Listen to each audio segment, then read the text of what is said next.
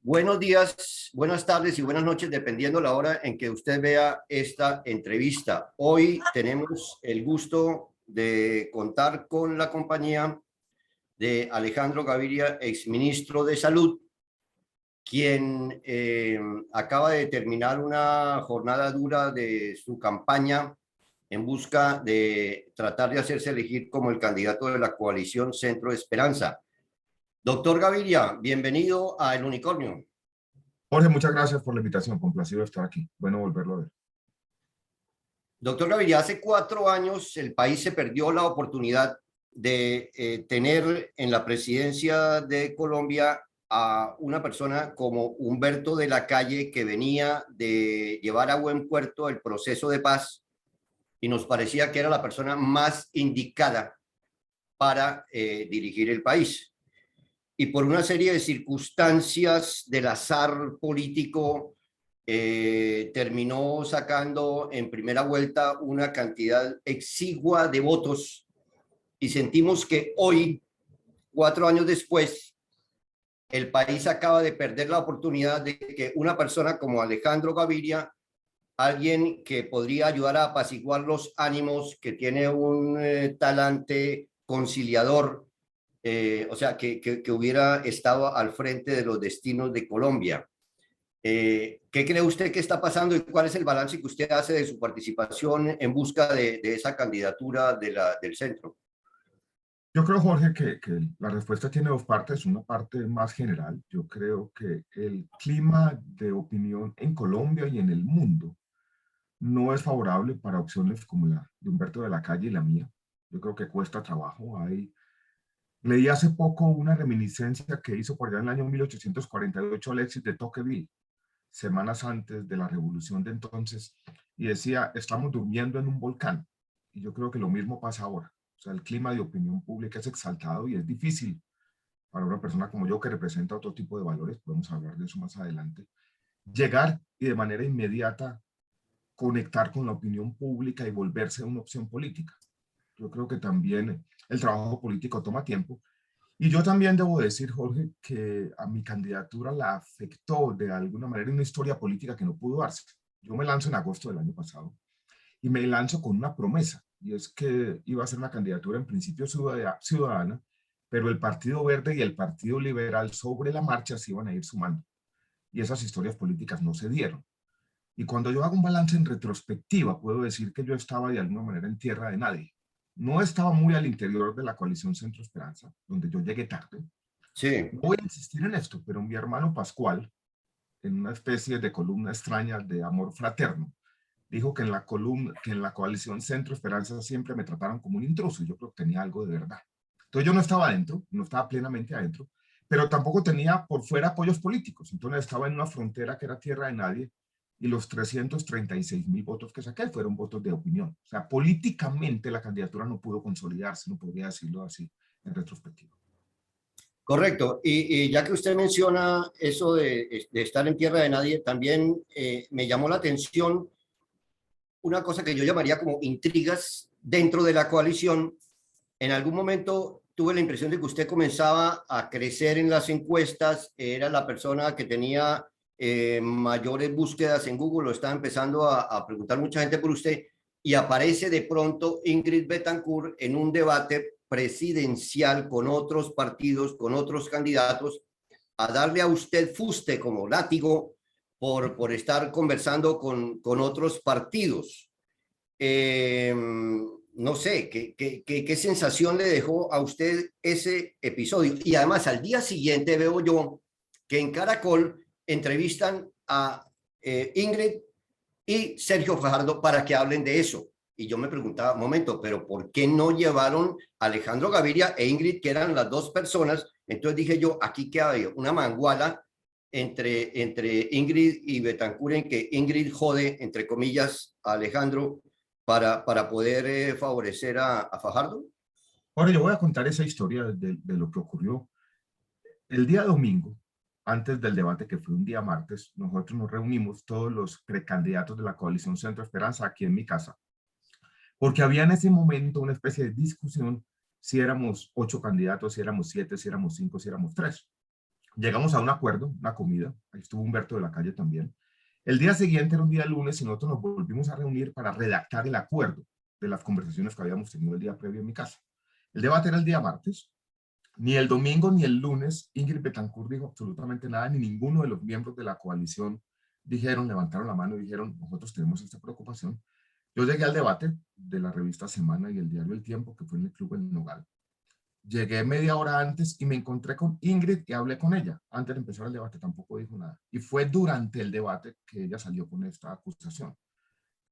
A mí eso siempre me pareció que, por lo menos en las formas, había sido un maltrato. Sí. Y cuando la coalición toma partido en favor de Ingrid, porque así fue, por lo menos durante los primeros días, yo expresé al interior de la coalición, en los diálogos repetidos que tuvimos, mi malestar. Eso después pudo medio zanjarse, pero fue una situación que, en mi opinión, le hizo daño a la coalición y le hizo daño a mi candidato.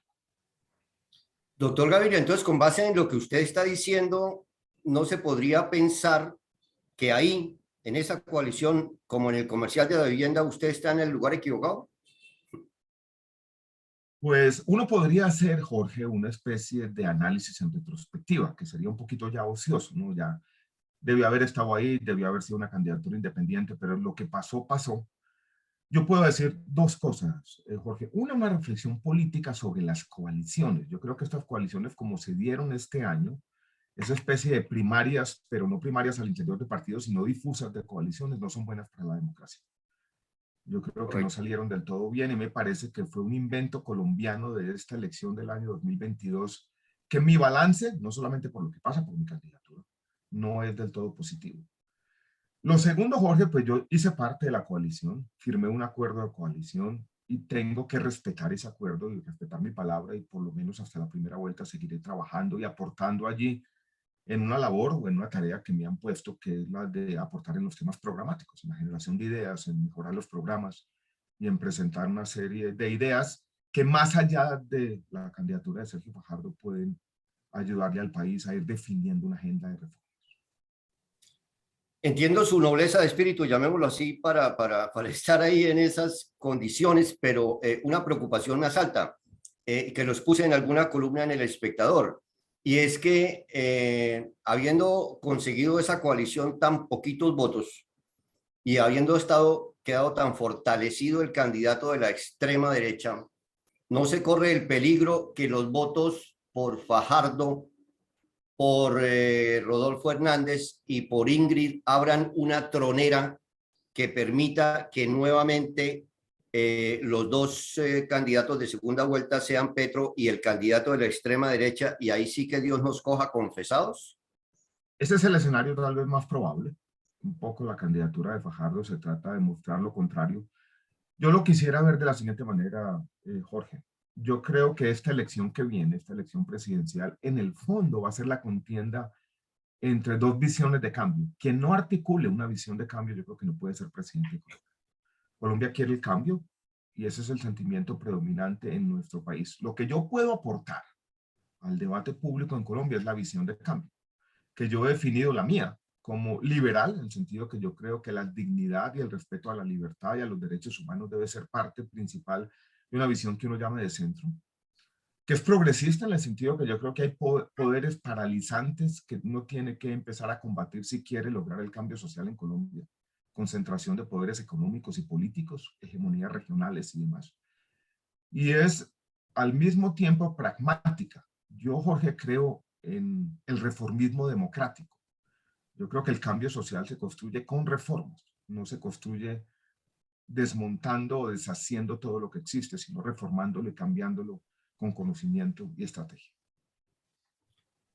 Eh, yo noté que en su campaña, de todos modos, hubo como ciertos bandazos en el tema de contenido, en el tema, por ejemplo, hubo un momento en que hablaban de centrémonos, y yo dije, uy, eso es una idea brillante, por ahí deben seguir, o sea, tuve la impresión de que como que el equipo que lo asesoró usted en publicidad, como que no se le notó fortaleza en creatividad. ¿Qué pasó ahí? Jorge, la campaña comienza, yo voy a ser sincero en esto, eso es una especie de historia que me he contado bien. En agosto del año pasado, con un discurso, nosotros no teníamos ni estructura, ni organización, ni un peso de presupuesto, ni agencia de publicidad, ningún tipo de estructura regional. Teníamos una sumatoria de entusiasmos en todo el país.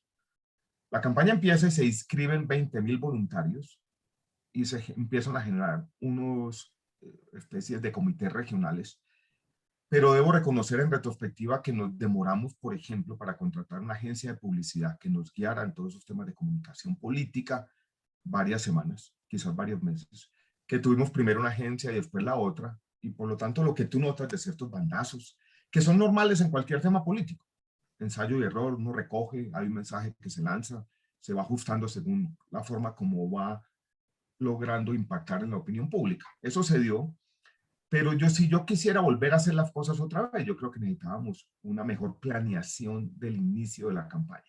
A tener desde el comienzo una agencia de publicidad, tener desde el comienzo un mensaje político testeado con Sí. grupos focales y demás. Yo empecé con ese discurso, yo me puse la tarea también antes de lanzarme a hacer una especie de ideario, yo lo llamé como 60 puntos para mostrar mi visión del cambio social, del país, de la sociedad, de las libertades individuales y demás. Pero este fue al comienzo, lo voy a decir de esta manera, Jorge, un emprendimiento que se fue fortaleciendo y fue teniendo ya un peso específico, pero eso tomó tiempo.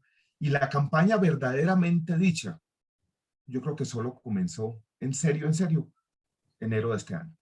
Ya. Cuando ya teníamos algo de Tiempo recursos, ya teníamos una recortado. buena agencia de publicidad, ya pudimos hacer viajes por el país, pero fue muy poco tiempo. Desde Ya. enero pues a marzo 13 fueron 2 meses y medio. Y yo creo que la campaña se vio afectada por eso. Y dentro de 4 años lo veremos a usted de nuevo en ese emprendimiento, decir que voy a hacer de nuevo el intento No, de hacer las si cosas. lo vamos a hacer dentro de 4 años, no será un emprendimiento, será desde el comienzo una cosa mejor planeada.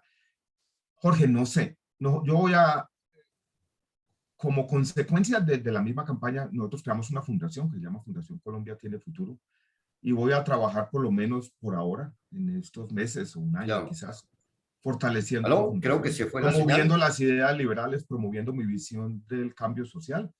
mirando a ver qué espacios se abren, tratando de habitar ese mundo que está entre el mundo de las ideas y el mundo de la política. Yo hablaba con mi esposa la semana pasada, yo dije, en el fondo nosotros cambiamos. Sí. Esto no fue un tema que uno hizo una aventura política y ya recogió sus cosas y se retiró completamente. No, no voy a hacer eso, yo voy a seguir participando. ¿De qué manera? Todavía es una pregunta abierta. Yo le tengo una propuesta. Sí, señor. El asunto es este. Yo he notado que los candidatos de diferentes tendencias recurren mucho al tema religioso, que Dios nos protege, que Dios nos ayuda, el que dice que está con Dios, en fin, mientras que usted resulta que eso era un ateo y eso podía jugar en contra. Pero yo siempre he pensado, así como los verdes, en algún momento como se creó el Partido Verde en Europa y tuvo tanto éxito y esa marca empezó a hacerse conocer en otras partes, entonces todos empezaron a crear partidos verdes en defensa del medio ambiente. ¿Por qué no pensar en crear un partido agnóstico? O sea, un partido de gente que defiende el Estado laico, que defiende la separación entre la Iglesia y el Estado y que se pone en la tarea de crear conciencia sobre el daño que las ideas religiosas ejercen en la mentalidad de la gente. No sé, o sea, es una idea Más que un partido, yo creo que es un movimiento que tenga las ideas liberales, que tenga esa idea de la separación entre iglesia y religión como uno de sus fundamentos. Yo creo que las ideas religiosas no deberían hacer parte de iglesia y Estado, perdón. Esa línea que esté bien trazada.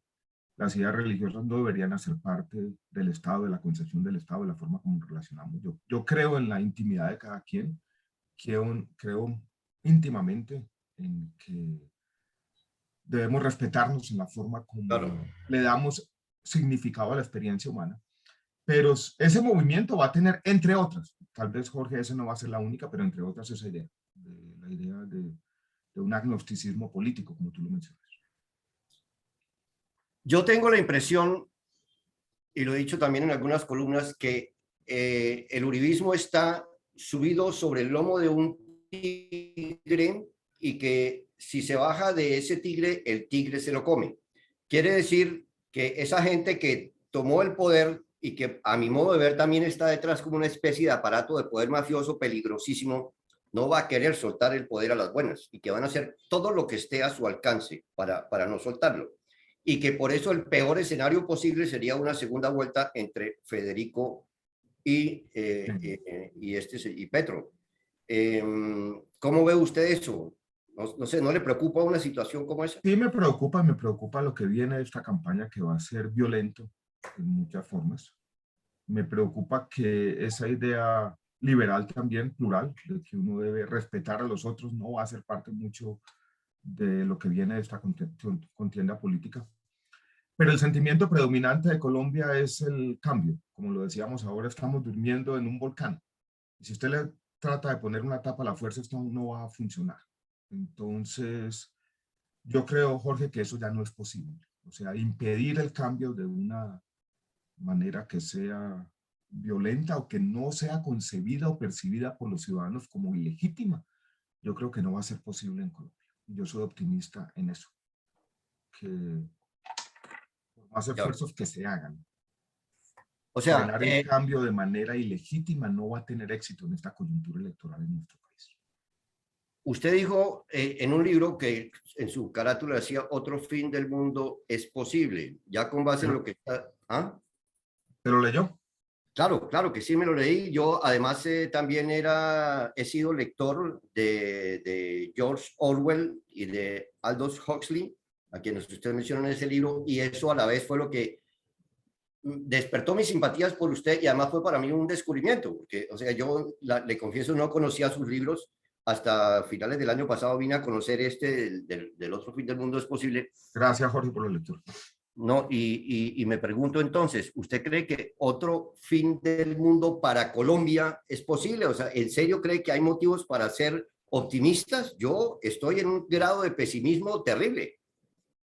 Jorge, yo creo que si uno mira las cosas objetivamente, podríamos ser pesimistas. Y yo compartiría buena parte de las razones que te llevan a ser pesimista.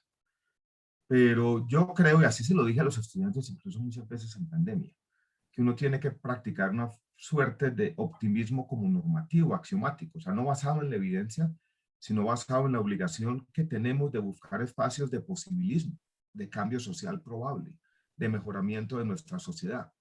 Probablemente no será posible en todos los ámbitos, pero Jorge, con el trabajo que tú y yo hacemos, con, dijéramos, estar involucrados en el debate público, todo eso que tú haces, el hecho de que tú estás haciendo esta entrevista aquí, demuestra que tienes todavía algo de optimismo, o sea, que hay alguna confianza en el futuro que no hemos perdido plenamente. Nos toca seguir en la lucha. Gracias por la voz de aliento que me da, doctor Gaviria. Y aquí tenemos también a nuestro jefe de redacción, Germán Sáenz, a quien le quisiera introducir acá y preguntarle, ¿tiene usted alguna pregunta para hacer, Germán? Hola, Germán.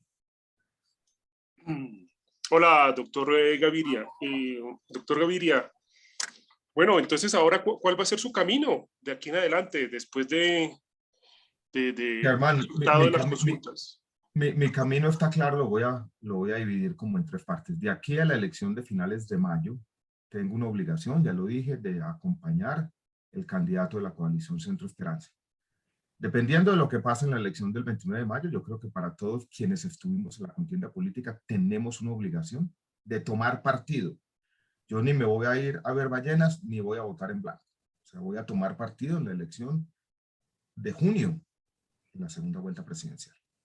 Y entonces Seríamos, estamos en eso. Yo estoy en las conversaciones y entendiendo las cosas. Después de eso viene un trabajo que yo quiero enmarcar dentro de esa fundación. Se llama la Fundación Colombia Tiene Futuro, que seguirá promoviendo algunas de las ideas que hemos esbozado en esta conversación. Esa idea de la defensa de las libertades y la dignidad humana, que ahora, por ejemplo, en el ámbito global, con lo que está pasando en Ucrania, es cada vez más importante. Los frenos al autoritarismo, la búsqueda de cierta decencia, tanto en la vida pública como en las diferentes formas como participamos en la sociedad.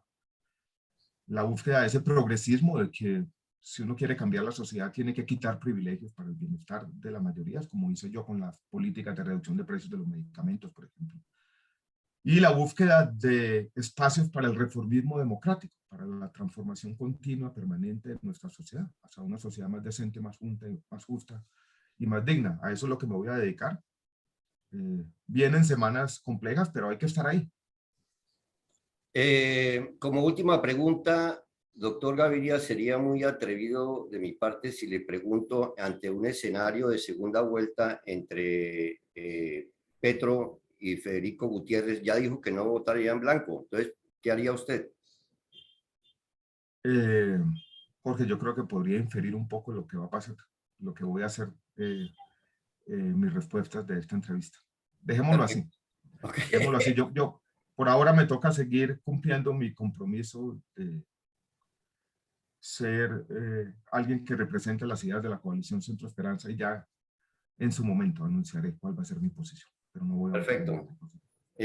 Bueno, aquí en el Unicornio le agradecemos mucho su presencia en esta entrevista y esperamos dentro de 4 años ver qué está pasando, a ver si de nuevo podemos tratar de hacer algo para que la sensatez y la cordura se impongan en este país. De aquí a allá seguiremos en contacto en todo caso, Jorge. Nos encontraremos probablemente en muchas instancias. Un abrazo fuerte y gracias por la entrevista. Muchas gracias, doctor Gaviria.